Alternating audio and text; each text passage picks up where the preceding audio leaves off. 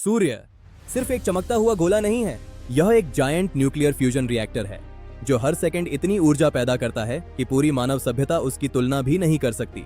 लेकिन सवाल यह है, सूर्य के अंदर क्या हो रहा है, उसकी ऊर्जा आती कहां से है, और आखिर कोरोना इतना ज्यादा गर्म क्यों है? सूर्य को मुख्य रूप से 6 लेयर्स में बांटा जाता है: core, radiative zone, convective zone, photosphere, chromosphere और कोरोना। सबसे पहले बात करते हैं अंदरूनी परतों की। कोर यानी केंद्र, रेडिएटिव जोन और कन्वेक्टिव जोन।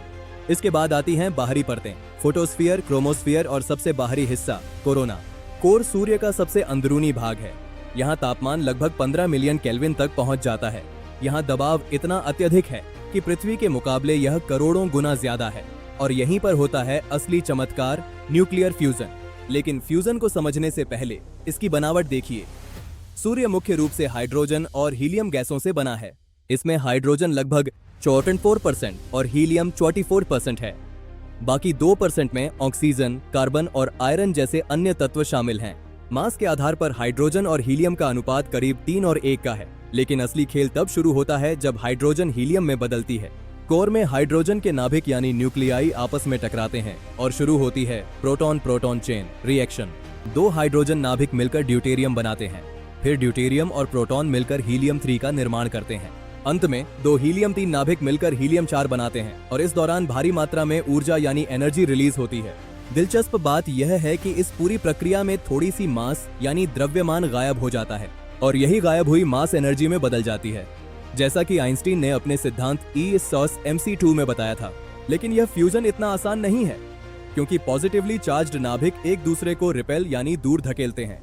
यहाँ काम आता है क्वांटम मैकेनिक्स का एक अद्भुत कॉन्सेप्ट, क्वांटम टनलिंग। यह पार्टिकल्स को उस एनर्जी बैरियर को पार करने में मदद करता है जिसे वे सामान्य रूप से पार नहीं कर सकते थे। अब सवाल है कि कोर में बनी यह ऊर्जा बाहर कैसे आती है? सबसे पहले यह रेडिएटिव जोन से गुजरती है। यहाँ एनर्जी फोटॉन्स के रूप में ट्रेवल करती है। एक फोटॉन को इस परत से बाहर आने में हजारों साल लग सकते हैं। इसके बाद आता है कन्वेक्टिव जोन। यहाँ प्लाज्मा के जरिए ऊर्जा ऊपर उठती है, ठीक वैसे ही जैसे उबलते पानी में बुलबुले। गर्म प्लाज्मा ऊपर उठता है और ठंडा प्लाज्मा नीचे आता है। इस निरंतर चक्र से ऊर्जा सूर्य की सतह तक पहुंचती है। फिर आती है फोटोस्फीयर, जिसे हम सूर्य की दृश्य सतह यानी विजिबल सरफेस कहते हैं। यहाँ का तापमान करीब 500 डिग्री सेल्सियस है। इसके ऊपर एक पतली लाल रंग की परत होती है जिसे क्रोमोस्फीयर कहा जाता है। और सबसे बाहर है कोरोना, जो सूर्य का वायुमंडल है। यहाँ का तापमान 1 से 3 मिलियन केल्विन तक हो जाता है। यहाँ एक बहुत बड़ा रहस्य है, सतह से दूर होते हुए भी कोरोना आखिर इतना गर्म क्यों है? वैज्ञानिकों के अनुसार इसके संभावित कारण मैग्नेटिक रिकनेक्शन और प्लाज्मा वेव्स हो सकते हैं। क्या आप जानते हैं कि सूर्य हमसे लगभग 150 मिलियन किलोमीटर दूर है? सूर्य के प्रकाश को पृथ्वी तक आने में करीब 8 मिनट 20 सेकंड का समय लगता है। इसका मतलब है कि जो रोशनी आप अभी देख रहे हैं वह असल में 8 मिनट पहले सूर्य से निकली थी। इन खोजों के पीछे अल्बर्ट आइंस्टीन और हंस बेथे जैसे महान वैज्ञानिकों का हाथ है, जिन्होंने स्टेलर फ्यूजन थ्योरी दी।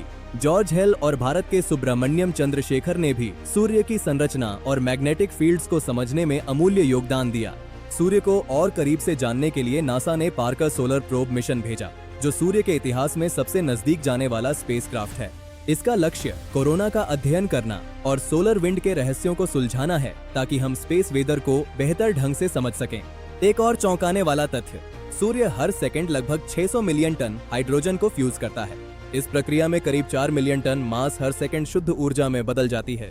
यह सोलर विंड पूरे सौर मंडल को प्रभावित करती है और पृथ्वी पर ऑरोरा जैसे खूबसूरत नजारे बनाती है। आपको जानकर हैरानी होगी कि सनस्पॉट्स असल में सूर्य के ठंडे हिस्से होते हैं, जिनका तापमान करीब 4000 डिग्री सेल्सियस होता है। सूर्य सिर्फ एक तारा नहीं है। यह फिजिक्स, क्वांटम मैकेनिक्स और थर्मोडायनामिक्स का एक अद्भुत उदाहरण है। सूर्य सिर्फ एक तारा नहीं है, यह फिजिक्स, क्वांटम मैकेनिक्स और थर्मोडायनामिक्स का जीता जागता उदाहरण है।